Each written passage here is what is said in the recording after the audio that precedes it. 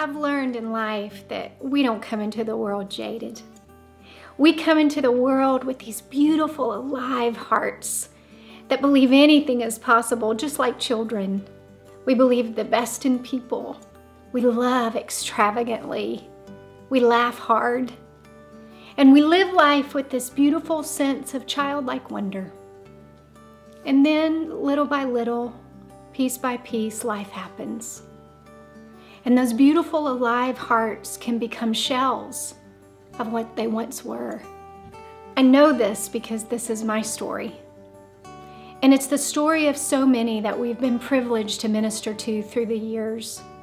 And that is why Reclaiming Hearts Ministry exists all together. Because we know that the heart is at the center of all relationships. The relationship with your family, the relationship with your friends, and most importantly, the relationship with God. And we as a ministry believe God has called us to help people rediscover that beautiful childlike heart that they were created with, realize the value of it, and then begin to live that abundant life that we've all been called to live and enjoy, instead of the shallow or hollowed out lives that many of us are living today. My husband and partner in this ministry, Philly, has a story very similar to my own, and I wanted him to be able to share it with you himself. Living shut down for me started at an early age, growing up in an environment where adult responsibilities were placed on a child's shoulders. And I really did want my parents to be proud of me. And so I learned to perform at a high level to prove that I was enough and that I did measure up to the standard that I felt like I needed to measure up to.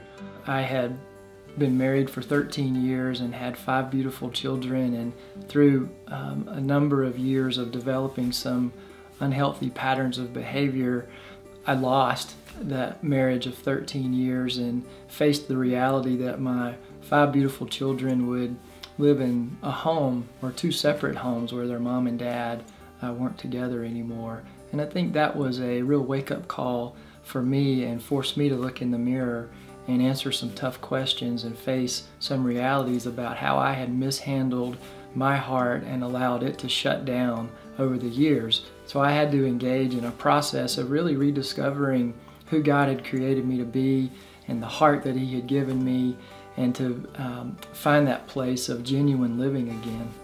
The journey of reclaiming my heart started maybe 7 years ago, and I know it will be a journey that I'll be on for the rest of my life. And for me, it was all about sort of learning to live again and learning to laugh again. And I think one of the places that I started was learning to feel again. That I had, as a performer, I had sort of learned to live life without emotions, without crying, because emotions sort of got in the way of life. And so it may sound simple, but simply learning to allow myself to feel again was part of coming back to life.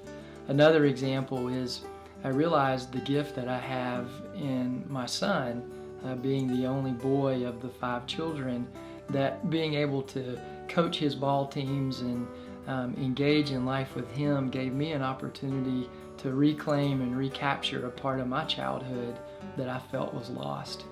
I also learned to listen to my gut and to trust my gut, that as a man, God had given me a heart and a gut feeling on certain things, and I didn't trust that. And so learning to trust that again and have confidence in myself was part of that reclaiming journey.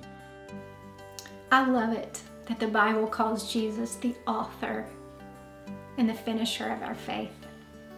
And I love it that Jesus told stories to express the beautiful yet simple message of the gospel. And I am so grateful that He gives people the ability to still write stories today. Both of those impact hearts, the stories that people are writing and the stories that God is still writing on your heart and my heart today.